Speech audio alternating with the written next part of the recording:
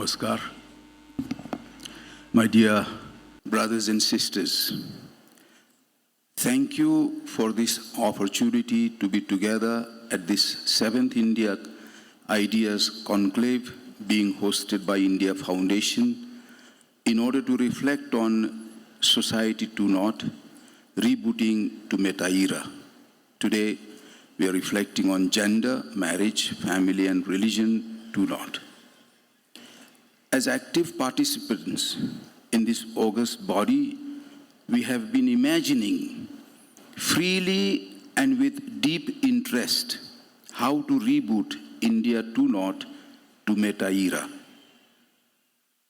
We have been realizing in our rapidly changing world that as human beings, we have talked and listened intensely to all that is possible for us, these past 2 days. Today, we should reflect and see whether all that is possible may or may not be justified in the context of ethics and morals which our religious traditions teach us. We have been realizing that in our rapidly changing world, that ours is not just a change of an epoch, but an epochal change. This change in attitudes and in human structures frequently calls accepted values into question. Many look forward to a genuine and total emancipation of humanity wrought solely by human effort. However, I do not wish to lament the present. My focus is far from return to nostalgia, that is, wanting to return to the past in order to ruminate the good old days, as it were. Religion is not the enemy of science and technology. Religion, science, and technology must walk together. Eternal truths which have been taught by our respective and revered religious traditions cannot be forgotten. Certainly, we need to update ourselves without throwing out the baby with the bathwater, so that our relation to the world and modern times is not distorted in any way. Let us not stop from learning how to live wisely, to think deeply, and to love generously. As a son of my mother India, it gives me immense joy to state that our reflection takes place during this year as we celebrate 75 years of our freedom, Azadi Ka Amrut Mahotsav.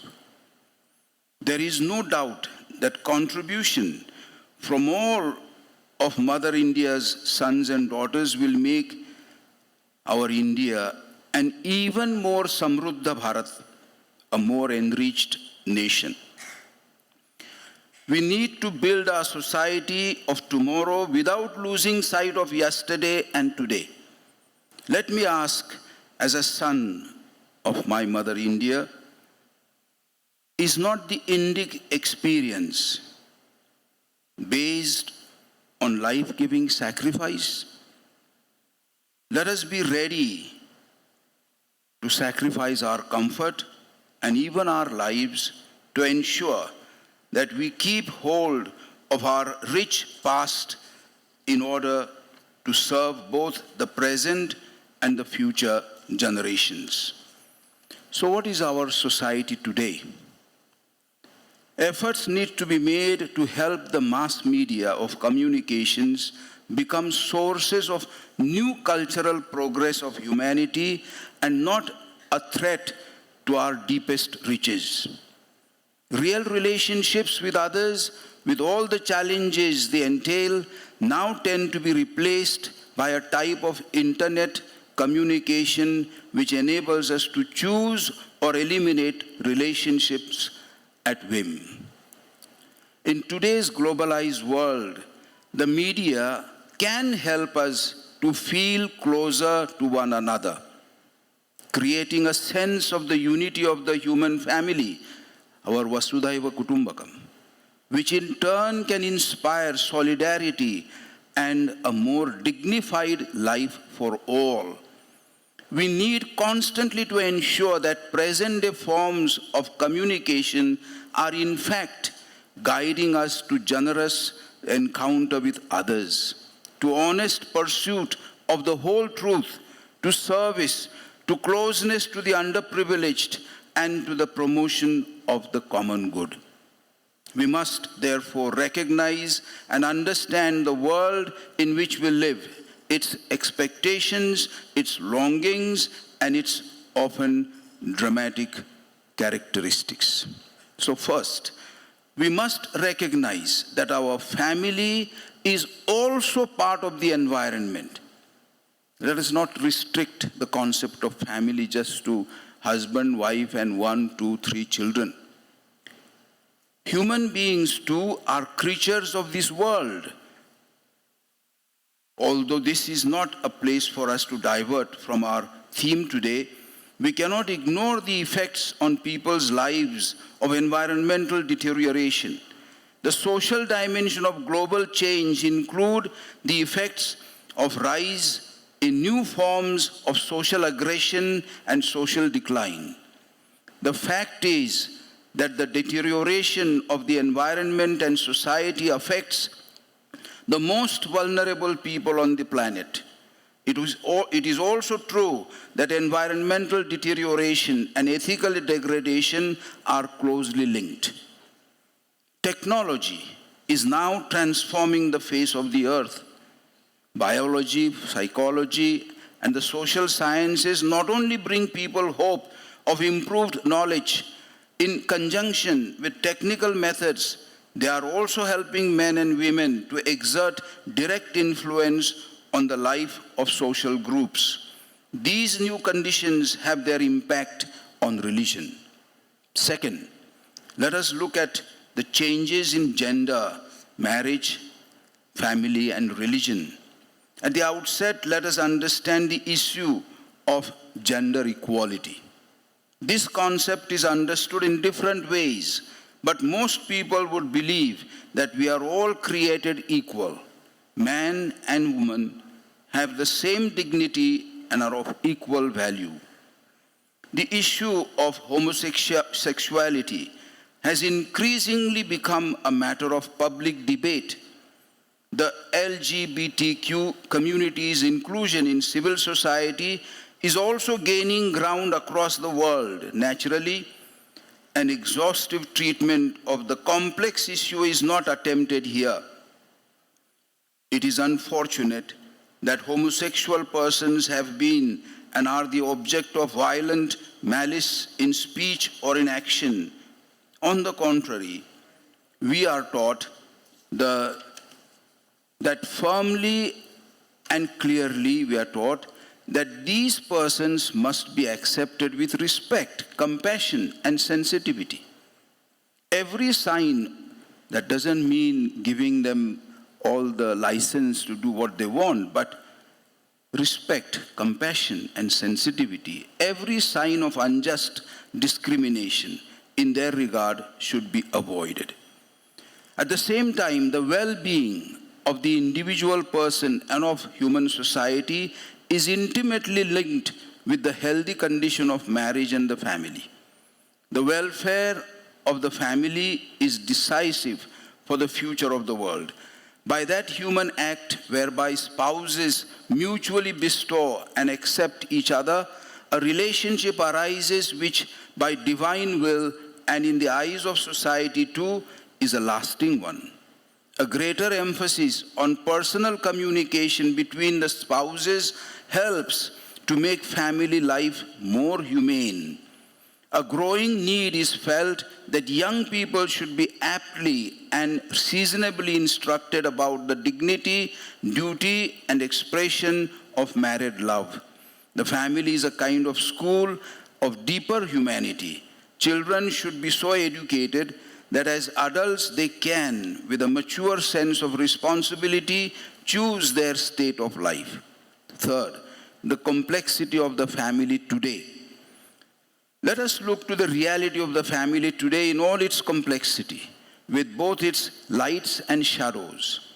Anthropological and cultural changes in our times influence all aspects of life and call for an analytical and diversified approach. A consideration needs to be given to the growing danger represented by an extreme individualism which weakens family bonds and ends up considering each member of the family as an isolated unit, leading in some cases to the idea that one's personality is shaped by one's absolute desires. Man and woman alike share equal responsibility from the start. Woman and man are marked neither by a static and undifferentiated sameness, nor by an irreconcilable and inexorably conflictual difference. Their most natural relationship is the unity of the two, a relational uniduality, as I would say. The worrisome spread of pornography and the commercialization of the body, which is fostered particularly by a misuse of the internet and reprehensible situations where people are forced into prostitution, cannot be ignored. The dignity of women still needs to be defended and promoted. We need to make concerted efforts, joining hands in dialogue of collaboration among all religions. The family is the foundation of society. In it, the various generations come together and help one another to grow wiser and to harmonize personal rights with the other requirements of social life. Public authority should regard it as a sacred duty to recognize, protect, and promote the family's authentic nature, to shield public morality, and to favor the prosperity of domestic life. The right of parents to beget and educate their children in the bosom of the family must be safeguarded.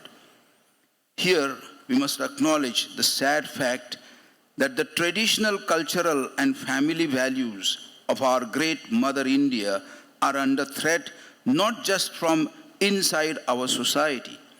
They are also threatened from outside, from the outside. Pope Francis, in his annual address to the diplomats in January 1922, rightly warned against what has often called the ideological colonization of cultures like our Indian culture. In this ideological colonization, global elites, especially in the West, use their power and technology to force an alien worldview on non-Western nations, erasing our local cultures and traditions. We often talk about how important it is to invest in our country's human capital to be successful in the meta era. But we must also redouble our efforts to defend our country's unique cultural capital, including our spiritual capital, to preserve and strengthen the greatness of who we have been and who we are today and who we should be tomorrow, even amidst accelerating global changes. And fourth, the word religion derives from the Latin root relegare, and it means to join, to connect, or to bring together. Ironically, today the word has become synonymous with division, separation, and an instrument for setting one apart from the other. The word religion was probably invented in order to bring a universal phenomenon under a common understanding. For example, in India, dharma has been the concept to describe the worldview. The general term religion applied to all different worldviews, which need to be positively understood as the source of the richness of any society. After all, it is only accepting the limitations of our concreteness that we can be rooted in truth. And it is only by being true to our own identity that we can become more universal. Religions do not exist in vacuum. In professing religion, a believer expresses her or his deepest aspirations and develops what is most profoundly her or his own. Her or his interiority, the sanctuary of his or her being upon which no one can encroach. Religious believers belonging to different religions have always existed alongside one another, all forming one human society. Many religious traditions have been learning throughout history that believers of all religions, each motivated by her or his respective religious precepts, need to respect and be respected, cooperate with one another, and promote peace and harmony, even in civil society, and thus work together for the common good of all citizens. Efforts of all religious believers are needed in order to build peace and harmony in society. All need to own the responsibility to unite and to work together so that it may serve as a guide for future generations to advance a culture of mutual respect in the awareness of the great divine grace that makes all human beings truly sisters and brothers. It cannot be emphasized enough that the edifice of peace is in jeopardy without serious commitment of all people to interreligious dialogue and to intensify relationships in good times as well as bad. A principal motive for being open to dialogue with people of all religions is the respect for the innate freedom, free nature of the human being. For believers, for believing is a free act. The dignity of the human person is a transcendental value always recognized as such by those who sincerely search for the truth. Failure to respect this dignity leads to various and often tragic forms of discrimination, exploitation, social unrest, and national and international conflicts. Respect for human dignity finds one of its expressions in religious freedom, which, if it means the right to choose one's beliefs about the meaning and purpose of life, is a fundamental freedom, and arguably it is the most important human right of all. In conclusion, amidst so many rapid changes, let us remain faithful to our own identity. At the same time, let us be open and appreciate our diversity, religious diversity, cultural diversity, social diversity, in order to transform the challenges of our times into opportunities.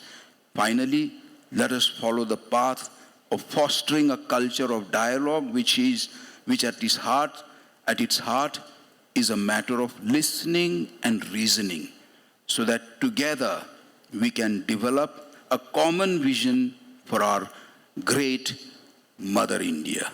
Thank you very much.